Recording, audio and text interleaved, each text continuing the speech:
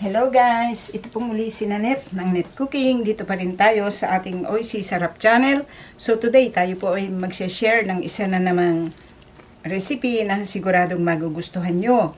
Gagawa po tayo ngayon o magluluto po tayo. Ito po ay bebake natin ng meatballs, potato meatballs.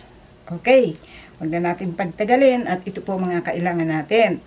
Siyempre, meron po tayo ditong ground pork, pero pwede rin kayong gumamit ng beef o yung magkahalo yung beef at saka yung pork. And then gagamit po tayo dito ng potatoes. So ito yung small size of potatoes. So ito po ay boiled potatoes na to. So yan. So ito po ay babalatan natin.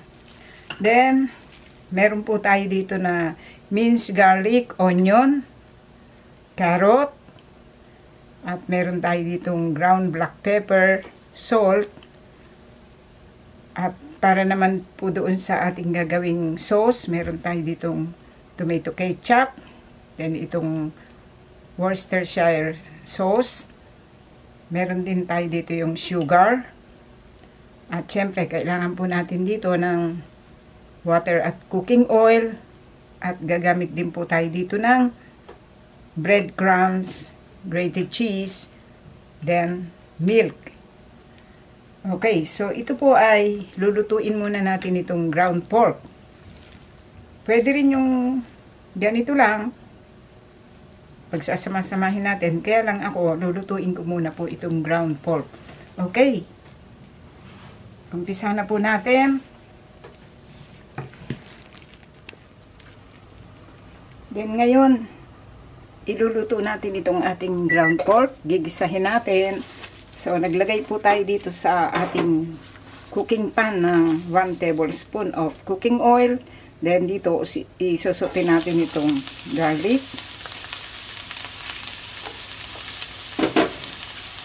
Okay. So, hintayin lang natin mag-fragrance itong garlic. Wow, ang bango ah. Okay. So, dito po ay ilalagay natin itong onion.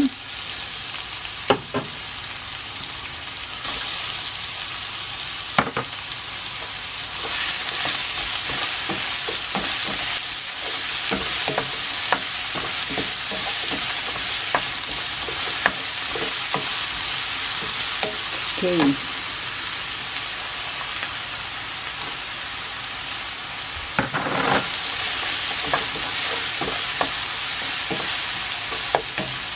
Then, itong carrot.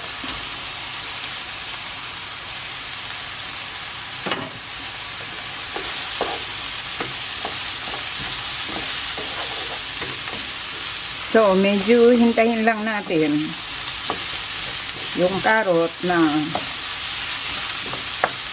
makoated siya ng oil. Okay. So, then dito guys, ilalagay natin itong ground pork.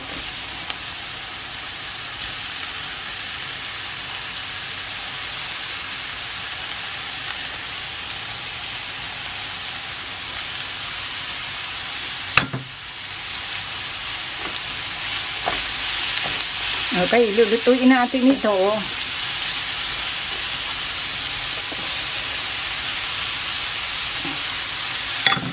Yep.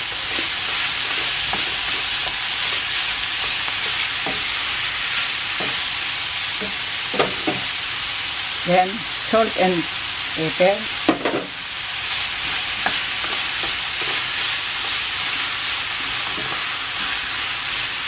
Okay, ang gagawin natin dito guys, lutuin natin hanggang sa yung liquid nitong lalabas dito sa ground pork ay hihintayin po natin na ma-dry. Okay, lutuin lang natin hanggang mag-change yung color niya.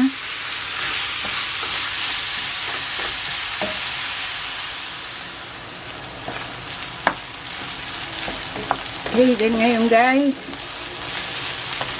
so after 5 minutes na hinahalo natin ito dito, so ayan, Hindi naman natin ito kailangan lagyan ng tubig.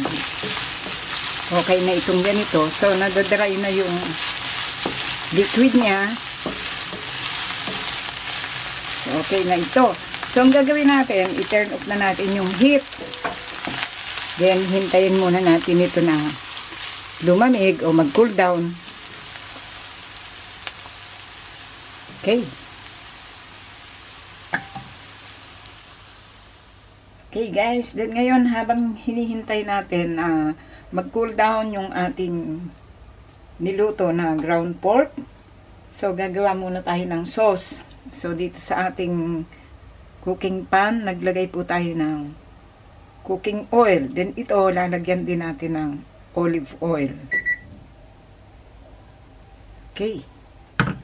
So, magkahalo siya. Then, isusutin natin itong sliced garlic.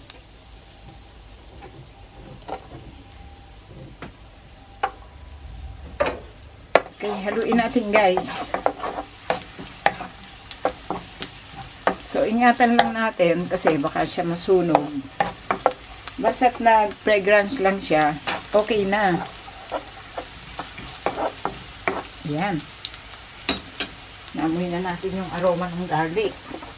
Then, lagay natin itong onion.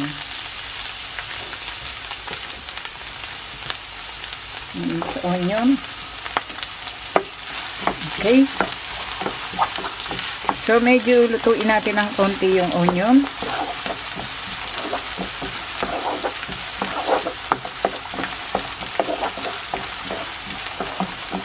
Okay.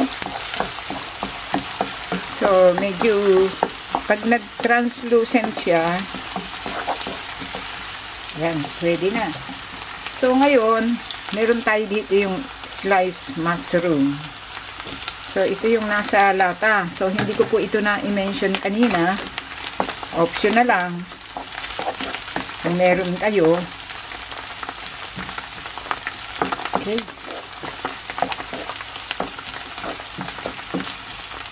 Okay, then dito guys, ilagay natin itong tomato ketchup. So, pwede po kayong gumamit ng yung sauce na nabibili na ready to use na siya. O kaya yung homemade sauce na ginawa nyo kung meron kayo. Then, itong Worcestershire sauce. Kung wala naman itong Worcestershire sauce, pwede rin yung red wine. Okay, hinaan lang natin yung ating flame. Then dito guys, ilagay natin itong sugar.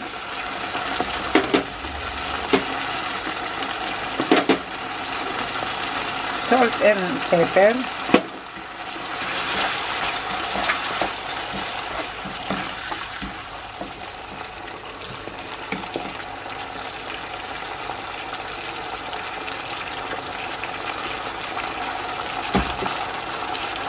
Then dito, so ito hinugasan ko lang itong, nilagyan ko lang ito ng konting tubig.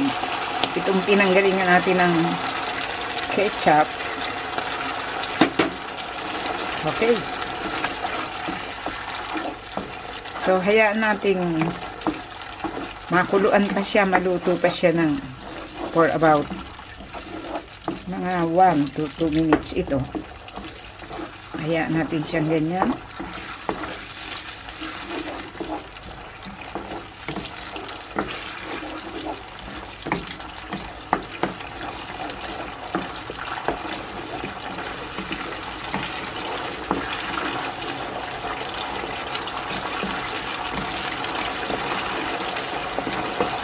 Okay, so palagay ko okay na ito guys eh. I-turn off na natin yung heat. Okay, so hayaan natin ganyan. Then, ang susunod natin gagawin, medyo palamigin lang natin ng konti yung ground pork at gagawa na po tayo ng meatballs. Okay.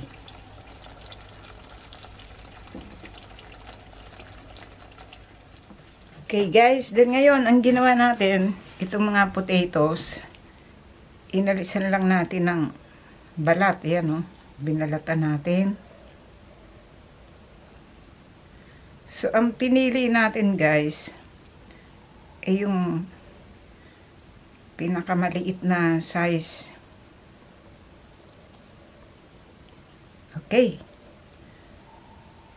So, tabi natin itong pinagbalatan. So, ganito kasi yan eh. Ito yung ginamit ko. Itong maliit. So, ito kasi yung malaki. Ito yung medyo malaki-laki pa. Maliit. So, ito lang yung ginamit ko. Yung talagang extra S siguro siya. Okay. So, ang ginawa ko na i-boil ko. Pwede rin sa oven. Then, inalisan natin ang balat. So, ngayon, narito po yung itong ating nailuto na ground pork. Okay, so medyo mainit pa, pero pwede na to. So, ang gagawin natin dito, lalagay natin itong breadcrumbs. Okay. So, haluin natin mabuti. Lagyan natin ng milk. Kung walang milk, pwede rin yung konting tubig. Kasi para lang mag-soft yung breadcrumbs ba. Okay. Then, itong itlog. Okay. So, ngayon ito, haluin natin mabuti.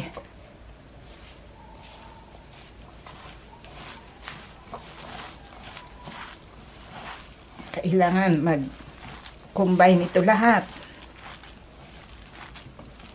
Okay, haluin natin mabuti.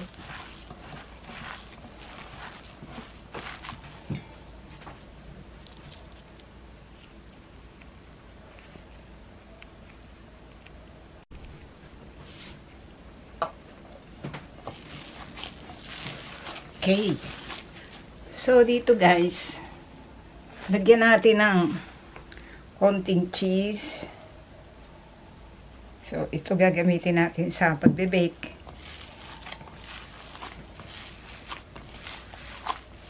Haluin natin. Hanggang sa mag-combine lahat ito.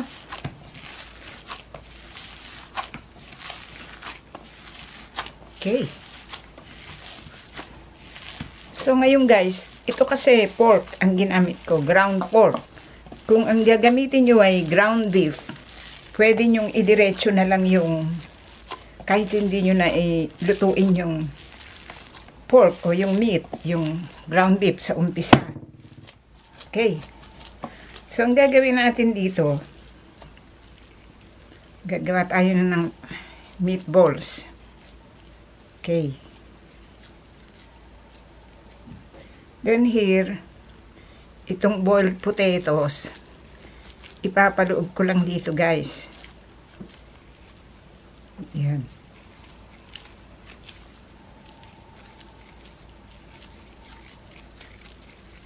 Ayusin natin mabuti. Kaya kailangan yung potatoes, maliit lang. Ngayon kung malaki naman, hati-hatiin nyo na lang. Diba oh? Ito nga, medyo malaki pa eh. Okay. So, ngayon, dito natin guys, i-bake. Ito. So, ngayon, itong ating baking pan, ay nirab lang natin ng butter. Then, aayusin natin dito, yung ating magagawang mga meatballs with potato. Okay. So, tatapusin lang natin lahat ito, guys. Tatapusin natin ito. Tuloy lang natin yung ganitong process hanggang matapos natin ito lahat.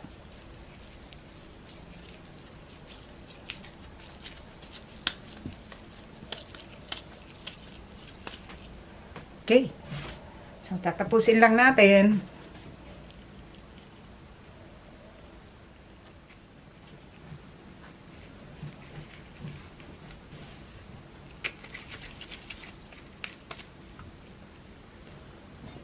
Okay, then ngayon. So, last na ito guys. Ito oh, tapos na. Then, itong ating potatoes ay sumobra siya. Pero pwede naman natin itong gamitin pagkagawa tayo ng salad. So, dito guys, mas maganda kasi naubos na yung olive oil. Yan, may olive oil. I-rub natin yung kamay natin habang ginagawa natin itong sinishape natin itong meatballs. Okay.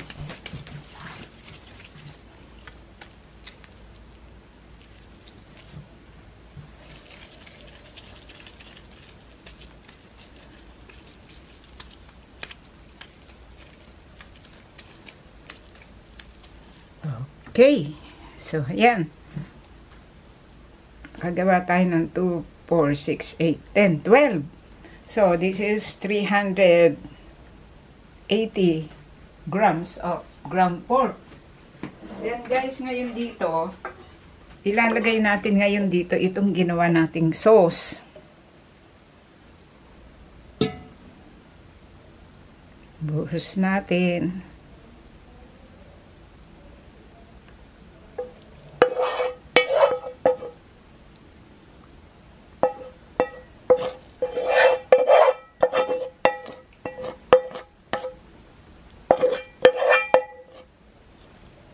Ayan.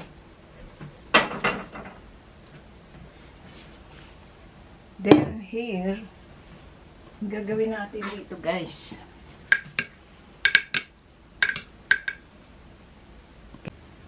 So dito guys, lalagyan natin ng cheese.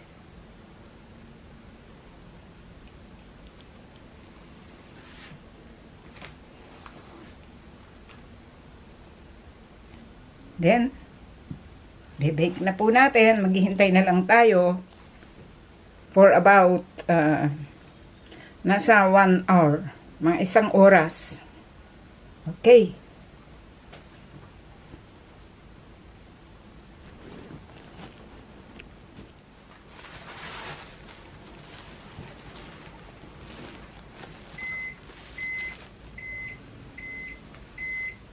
Okay, so ngayon, tapos na itong ating na-bake guys. So ito, kasi sobrang init na guys. Yan. Inalis ko lang doon sa baking. Okay, so ang gagawin natin, itry natin. Kuhanin natin itong isa. So, ito. Wow. Sarap nito, guys. Diba? Yan natin ang sauce. Ang init. So, cheesy. Cheesy siya. Ang init ng baking pan eh.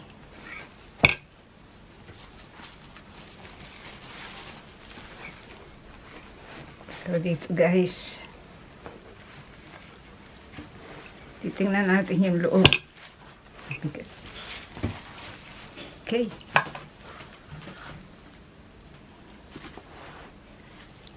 I-cut natin.